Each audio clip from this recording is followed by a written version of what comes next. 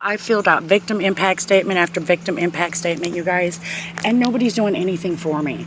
Now, I understand we're between a rock and a hard place. I've even contacted the Attorney General about this. What we All right? do as far as Well, we need medical attention. what we can do as far as the paperwork, we're going to check into the. Well, see, here's the check problem. work I have a guardian, and my guardian is supposed to be responsible for that. Isn't that how that goes? for your medicating. For everything. assistance. Well, see, here's the thing. I've also got military benefits. I am listed in the computer as totally permanently incapacitated, military dependent.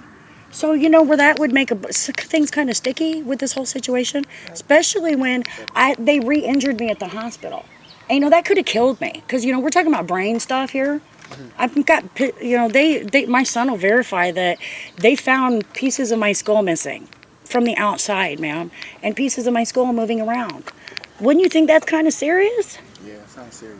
Don't you think that's a little life-threatening? Yeah, that's why we need to figure out why the paperwork, like you said, what needs to be filled out, what needs to be done so that. Well, when you contact my guardian for that, he lives in Galeen. His name is his number and everything. Alvin. You want to get your military ID card thing so that we can show it to these people? I assume you guys would want to take a picture of that. Is that why? So you say you filled out the paperwork for? Well, see, we've been to court already. We went to court 15 years ago behind this stuff, so that should be on record. See, we're a different department. We're Yeah, but could you please talk to Dobrich? Because that's the judge who handled my case. Yep. And Lynn Harrison was the DHS caseworker. Just so that you're aware. We also had a dude named Fandango come out here when we were next door when I had my temporary custody of my godkids. Okay, which kind of perplexes me with the situation how I'm getting custody of kids. I can get custody of any kid but mine. Isn't that kind of concerning to you? Doesn't kind of not make sense? How, other than these, And then there was another caseworker involved. Her name was Gwendolyn. Okay, look, I'm going to show you this. We have to have this back because it's evidence. Okay, you see that? That's got his social security number. That's all, and actually, he's also his dependent, as you can see from that. Okay. What is the guy's? You say His name is Richard Carl Erickson. His date of birth is June 26, 1950. Okay, and I believe if I'm correct, his phone number? No, I don't. Because see, he wrote me a letter telling me don't ever contact him again. When he's got my assets, my property and everything. All that stuff was willed to me. And the military, his name's Kevin Kimes. He's located at Great Lakes, up here, Great Lakes Naval Air Station at the JAG office. His name is Kevin Kimes. He has the will. Phone number. I don't have his phone number, ma'am. So you saying Contact your I don't. He abandoned us. See, this is the guardian. He abandoned us. We have no. He wrote me a letter, and I sent that to the Congressman Upton, showing Congressman Upton that he told me never contact him again, and that my kids were not my kids, which dumbfounds me because friend of the court has documentation showing that there was an agreement between him and my mother regarding my son. Now that's not legal, is it? You work for Department of Human Services. That's just not legal. You can't adopt somebody and there's no previous agreement with them, right? Did he just say that he was So this is. He filed. That's my biological son. He filed a birth certificate in the state of California. That's fraud, sir. Now you see why we're having a problem here? I kind of have reason to believe that some of this is political because there's some other stuff going on that happened to me in Washington State. No, I don't want you to get concerned with that. Did you live there? Yes, I did. Okay, and do you have a warrant on it? I have a warrant for absconding according to them. Now here's the situation with that. A girl tried to, she drugged me and tried to sexually assault me. In the process of that, she stole some of my property, some of which belonged to my son. Do you know her name? No, I don't remember it. Okay, because I have amnesia, all right, if that's understandable to you guys. This happened with her was over 20 years ago, and my son will verify this, okay? This happened over 20 years ago. This was when Bill Clinton was president, at the time when they had the Kennistar and Ollie North thing going on with him. Okay, well, there were 4 of us. This woman... I do have that number. You do? Oh, beautiful. Here's your ID card, son. We don't want you to lose that. Well, anyway, the whole thing went like this. She attempted to rape the four of us. Not separately now, mind you. There were kids present at each incident. Minors, which we have reason to believe she touched them too. The only one she didn't touch was me. She did touch me, but not the way she touched the other girls. Okay, well, the thing about it was this, sir. She had, how do I say this? She stole some of our stuff, like trophies. Okay? And we got upset, you know, we reported everything, we did the right thing, we followed policy and procedure. Well, in the process of that, the local authorities covered it up. Okay? And, you know, that's not has anything to do with you guys, but it's still a political thing, all right? Well, I fought it. I went to court and I told them at court, hey, we were abused. We broke into her house and we went and got our stuff. The only stuff we took was her stuff. And I took a DVD player, but I did that for the purpose of evidence. Okay, so that I could verify, hey, we did this for this reason. Well, another friend of mine, her husband went to beating on her. Okay, and I helped her. And her husband, things happen between people, just like it did with me. And, you know, that's a part of this too I need to bring up. You know, I'm married. I didn't know that. I have a common law marriage. And see, that's a concern to me too. Because I have amnesia. Common law marriage? Yes, and it's legal in the state of Michigan. Hold on, we'll get to that in a minute. All right, I want to finish this with Bremerton. I don't want to get sidetracked. Okay. Well, I went to court and I told them at court this girl touched all four of us. Okay. And then they wouldn't leave. This was in Washington State, okay? I told the military people, NCIS knew about it. And they said, we can't help you right now. But trust and believe me, not if, but when. When, not if, when, we will get back to this matter. Okay? They told me they were going to come back and they were going to deal with me with this situation. Because I expressed to them that my rights were violated. And I knew that because, you know, I'm a Navy brat. I was raised on bases. So I know policy and procedure, code of ethics. I know chain of command, all of that. So I told them I knew what was really going down here, right? With the Kennestar thing and Ollie North and all that. Well, anyhow, as it plays out, they still proceeded with the conviction. Threw me in jail. After that, I said, no, you know what? I got to take responsibility for my actions. So I went to jail and did the right thing, right? However, for the sake of blind justice, Alvin, will you grab your sister, please? Tiara, go, honey. You don't need to hear all this.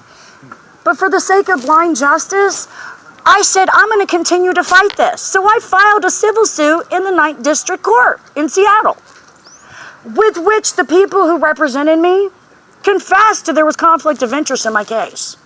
Rather than do the right thing and throw my conviction out, because, you know, that's what the Constitution says. That a person who's had conflict of interest involved in their representation is entitled to immediate relief. Okay, I know this for a fact because I studied the Constitution. Okay, well, anyhow, nobody did anything. You know what they did? They charged me with probation violation and threw me back in jail. And then they took me to court and said, well, rather than honor your rights, we're going to charge you with 6 months. And they gave me, since I was out on bond, because, you know, my parents were really concerned, you know, so they did pay my bond. They told me when they told me we're giving you 6 months, they told me we're going to go ahead and we know you got a kid and family, so we're going to go let you make preparations. I feared for my life because, you know. Oh, so that's why they say that you. Yes, I fled. I fled for my life. Okay, when I left that court date, they had sentenced me to 6 months. That lawyer told me if you leave and you don't come back, we're getting you for absconding. Now that's kind of a violation after I showed him these papers, right? Showing that I filed a lawsuit and it was the lawyer had agreed that they violated my rights, right? Isn't that kind of violation of constitutional rights? I don't know the law that well. I do, because, you know, I went. That's not our. Well, here's my thing. You guys know what the code of. Don't you swear in for a code of ethics on the Bible when you guys take your jobs? We swear in as far as protecting the child. Okay, well, don't you have a code of ethics that you have to honor? Yes. Okay, well, see, all of this stuff right here violates the code of ethics. The code of ethics that you guys swear to, it's standard. It's through all the country, and it's also federal. Okay, you know that, right? So this is a true violation of code of ethics. You guys haven't done anything. I'm not accusing you guys. No, I believe what you're saying. I believe. Okay. The federal, so we're not really familiar with federal things. Okay, well, here's That's my the concern, escape. dude. We're sitting here. You agree we need medical attention. We need help, right? Yeah, and that's why Okay. I'm here, 'cause we can, Okay, because my thing about it is we need something to get started with this because this is Yeah. really big. And you know, I'm really kind of upset that you came today because today's the anniversary of my mother's death. And I really honestly believe that my mother was murdered in the course of all of this. Just so that you guys know. And also, I told you I'd get back on with James O'Keefe. See, when I was in California, I was 17 years old. I swore on the Bible with him over the phone, and he came and visited me, so I know it's James O'Keefe, okay? It wasn't just like some hoaxy thing. I swore on the Bible, and he agreed. He persuaded me to, because, you know, we were in love and all of that, to marry him on the Bible. So, you know, here's another big concern of mine with the Code of Ethics. You know, I had a baby in the course of all of this. I understand I committed adultery for my first 2 kids. Okay, I get that. I take responsibility for that, sir.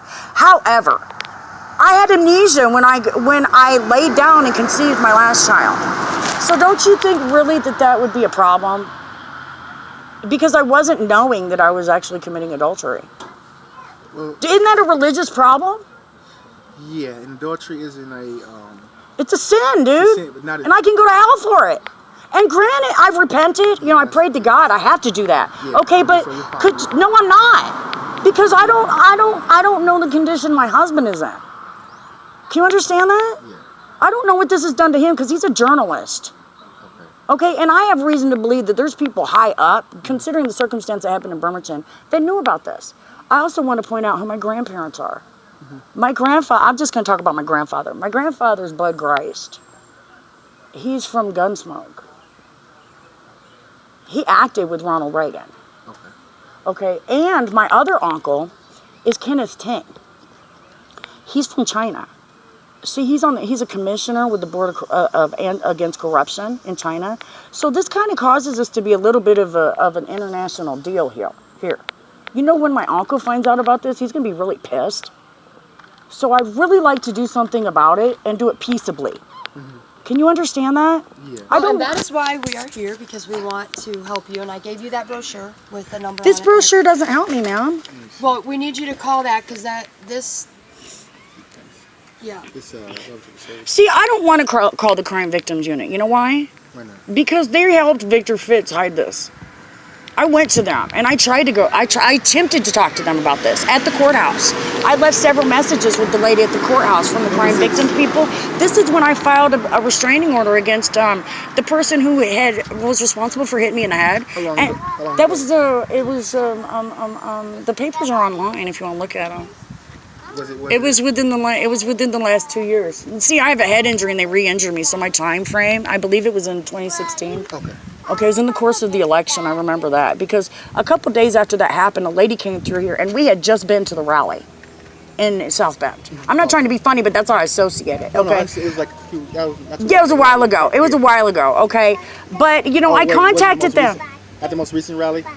No. I wanted to go to that so bad. Don't you know? Because you know I'm a big fan. I'm a Yeah, big fan. Yeah. Well, anyway, no. Right after the last. Hi there. God bless you. Right after the very last. Oh, see, now I lost my Election? train of thought. Yes, the last election, or no, it was right. It was before, when the election was starting up. I decided I was going to vote for Trump right when he announced. Oh, when he first came out? Yeah, because you know I was That's like, you know, he's different. He's not like these other politicians. different. So anyway, we decided to go to the rally. Okay. And well, after we come back, a couple weeks, what was it? Within a couple of weeks or so. It was within a month or two. Anyway. Here comes the stalker that got this happen, the one that I had filed the PPO orders against, his wife. She blocked us in, and I got a video online if you want to look at it. She blocked did the us PPO go in. through? Huh? Did they grant you the PPO? No, they did not. No, they told me, you know what they told me? They would never give me a PPO order.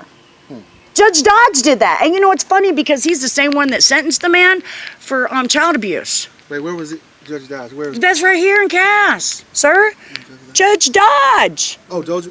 Dobrich is the family court lady. She's the one who handled all taking my kids. See, Dodge was the one who handled the case where they took my house wrongfully. Yeah. The house that's protected by the guardianship. Okay? Dodge did that. He's also the same one who sentenced Mr. Carpenter, a.k.a. Anderson, the one with the child abuse. My middle child's father, okay? The one who stalked me, the one who caused my head injury, and you know, I became homeless. He sold drugs and did a whole, we reported all of this stuff to the DHS. Oh, dude. And you know, this department, You reported it to us? to y'all guys, yes, Lynn Harrison, as a matter of fact. And you know what they did? Absolutely nothing. They threw me in jail. They hunted me down. I'm not talking about you, okay? No, Don't. DHS doesn't throw people. We don't throw people in jail. Okay, well they helped together unitedly to take me to. I feel that they united with the prosecutor's office, Judge Dobrich. Personally, the way it looks to me is that they together colluded in this. Can you understand why I would feel that way, sir? Well, Especially when this man who was a convicted child abuser had a court order to never, ever, ever go where kids are dwelling again. And there was a caseworker who knew that. They never bothered to tell me until after I'd had my daughter, and he had burnt her with a space heater because he neglected her. He left her by herself while I was at work, mind you. Imagine that. And then he tried to hide it from me until the caseworker found it. This was a whole different caseworker, mind you. So could you understand what the dilemma here? Well, honestly, I know all the stuff that you're talking about in the past has affected you now, but now we need to figure out what we can do from here on out. Okay, I agree with you. So could we figure something Yes, out? I Yeah, I do want- want you to call that, okay? I cannot besides do that- that because, besides- you know, we're there's not an doing what investigation. you I'm sure you guys know that there is an investigation. If there's not, there's going to be, because I blasted so much stuff online. I'm going to put this on there too. Okay? Just so you guys are know, I'm going to send it to every news media cast and there is in the country. Okay? Just so that you guys are aware. I'm not trying to be mean or nothing, but I have to protect my rights. Do you understand that? Because I'm an American. I was born and bred in this country. My family actually has a history that goes back to the Mayflower. Okay, so could you understand why I'm a little upset? I'm a taxpayer, I vote. You know, my family has served a lot with the country. In fact, my uncle was retired sheriff for Cass County, Dick Clark. And you know his son? Rex Tillerson. Yeah, you know his uncle? I don't know him. You don't know Rex Tillerson's uncle? Not personally. See, I don't really, you know, I was taken from my family when I was young, so I really didn't know about all of this, you know, until recently. But you know who Rex Tillerson's uncle is? Mad Dog Mattis. Did you know that? Do you know what that makes him to me? Since Rex Tillerson's my cousin, that makes Mad Dog Mattis my uncle too, wouldn't it? And see, that in there is also that's Rex Tillerson's uncle, Richard Northrup.